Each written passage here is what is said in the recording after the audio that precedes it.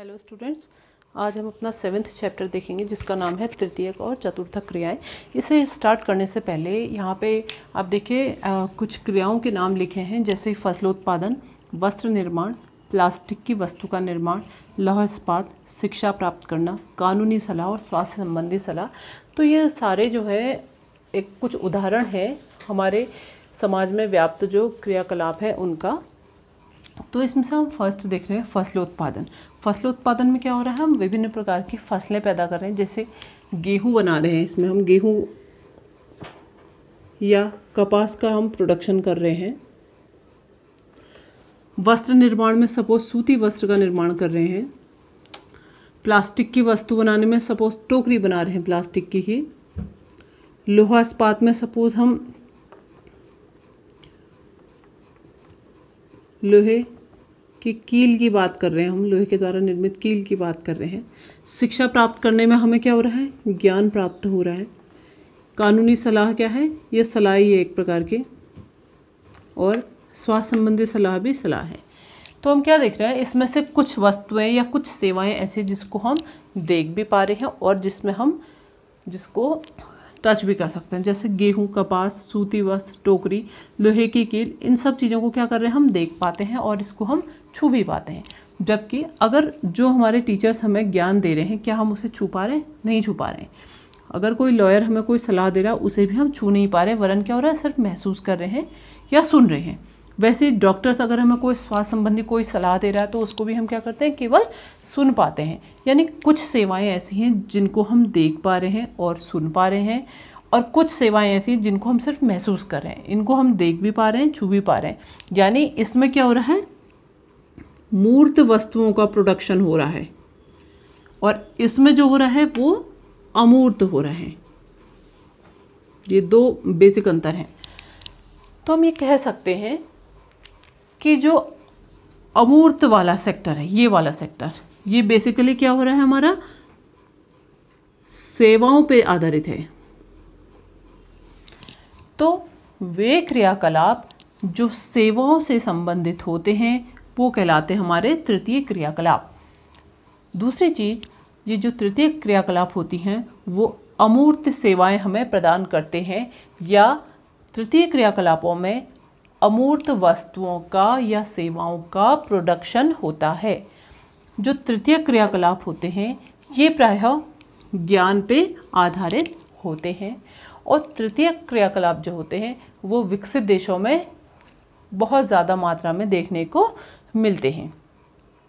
तो ओवरऑल हमने क्या देखा, तृतीय क्रियाकलाप वो होंगे जिनमें अमूर्त वस्तुओं का या सेवाओं का प्रोडक्शन होता है, और तृतीय क्रियाकलाप वे क्रियाकलाप होते हैं जो विकसित देशों में देखने को मिलते हैं।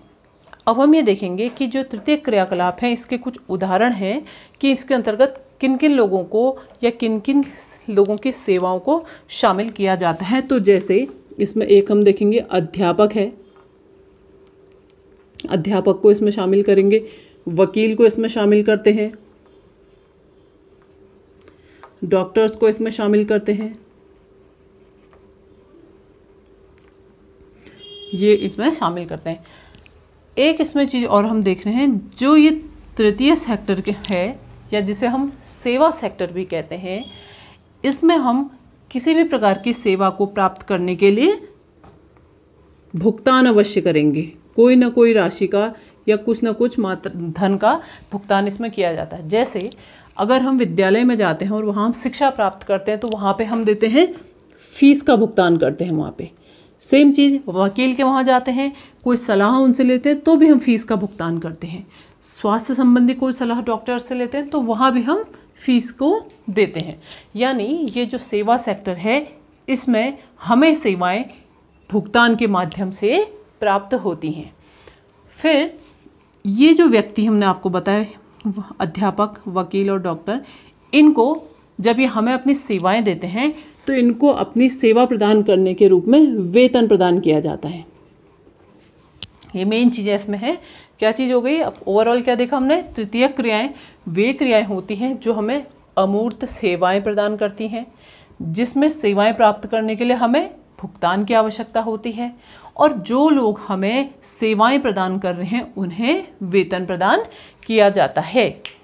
जो तृतीय और द्वितीय क्रिया की अगर हम बात करते हैं तो इसमें एक और बहुत महत्वपूर्ण अंतर है कि द्वितीय जो क्रियाकलाप होता है उसमें हम क्या कर रहे हैं, मशीन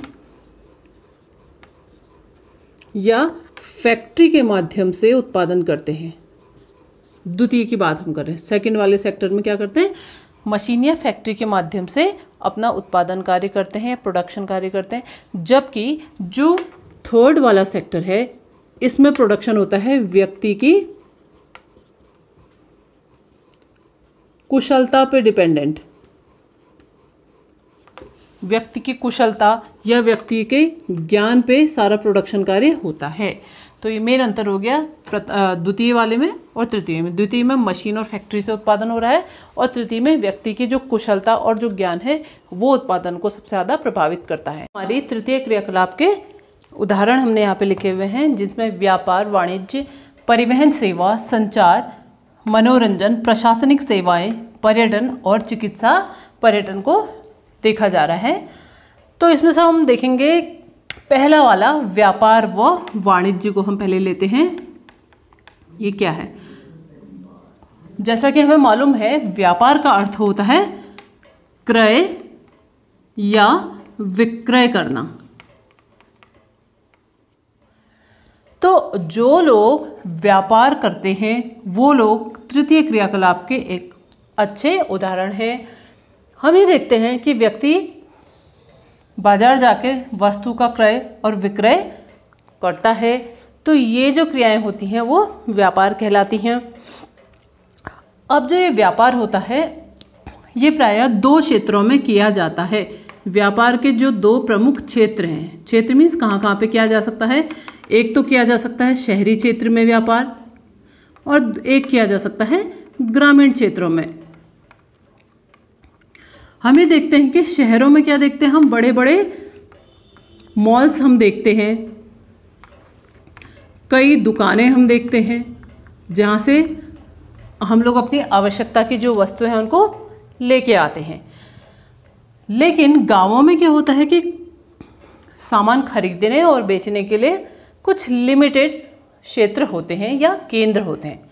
तो ऐसे केंद्र जो ग्रामीण लोगों की आवश्यकताओं की पूर्ति करते हैं उन्हें कहते हैं ग्रामीण विपणन केंद्र। ये ग्रामीण विपणन केंद्र कौन से हो गए, ऐसे केंद्र जो ग्रामीण क्षेत्र के लोगों की आवश्यकताओं की पूर्ति करते हैं, जहाँ पे ग्रामीण लोग अपना आवश्यकताओं की जो भी वस्तु होनी चाहिए जाके उसको खरीद के लाते हैं, वो कहलाते हैं ग्रामीण विपणन केंद्र। अब हम ये देखते हैं कि किसी भी बाजार में व्यापार व्यापारियों के माध्यम से किया जाता है। तो व्यापारी जो होते हैं वो दो प्रकार के से वस्तुओं को बेचते हैं, एक तो थोक और दूसरा फुटकर। व्यापारी दो प्रकार के हो सकते हैं, थोक व्यापारी और फुटकर व्यापारी। तो थोक व्यापारी क्या होते हैं और फुटकर क्या व्यापारी कौन होते हैं देखते हैं। थोक व्यापारी जो होते हैं वो मंडियों में सामान बेचते हैं। ये लोग मंडी में अपना सामान जाके बेचते हैं। और फुटकर व्यापारी क्या होते हैं, वो डोर टू डोर जाते हैं या रेहड़ी लगाते हैं। डोर टू डोर जाके या रेहड़ी लगा के फुटकर व्यापारी अपने सामान को बेचते हैं।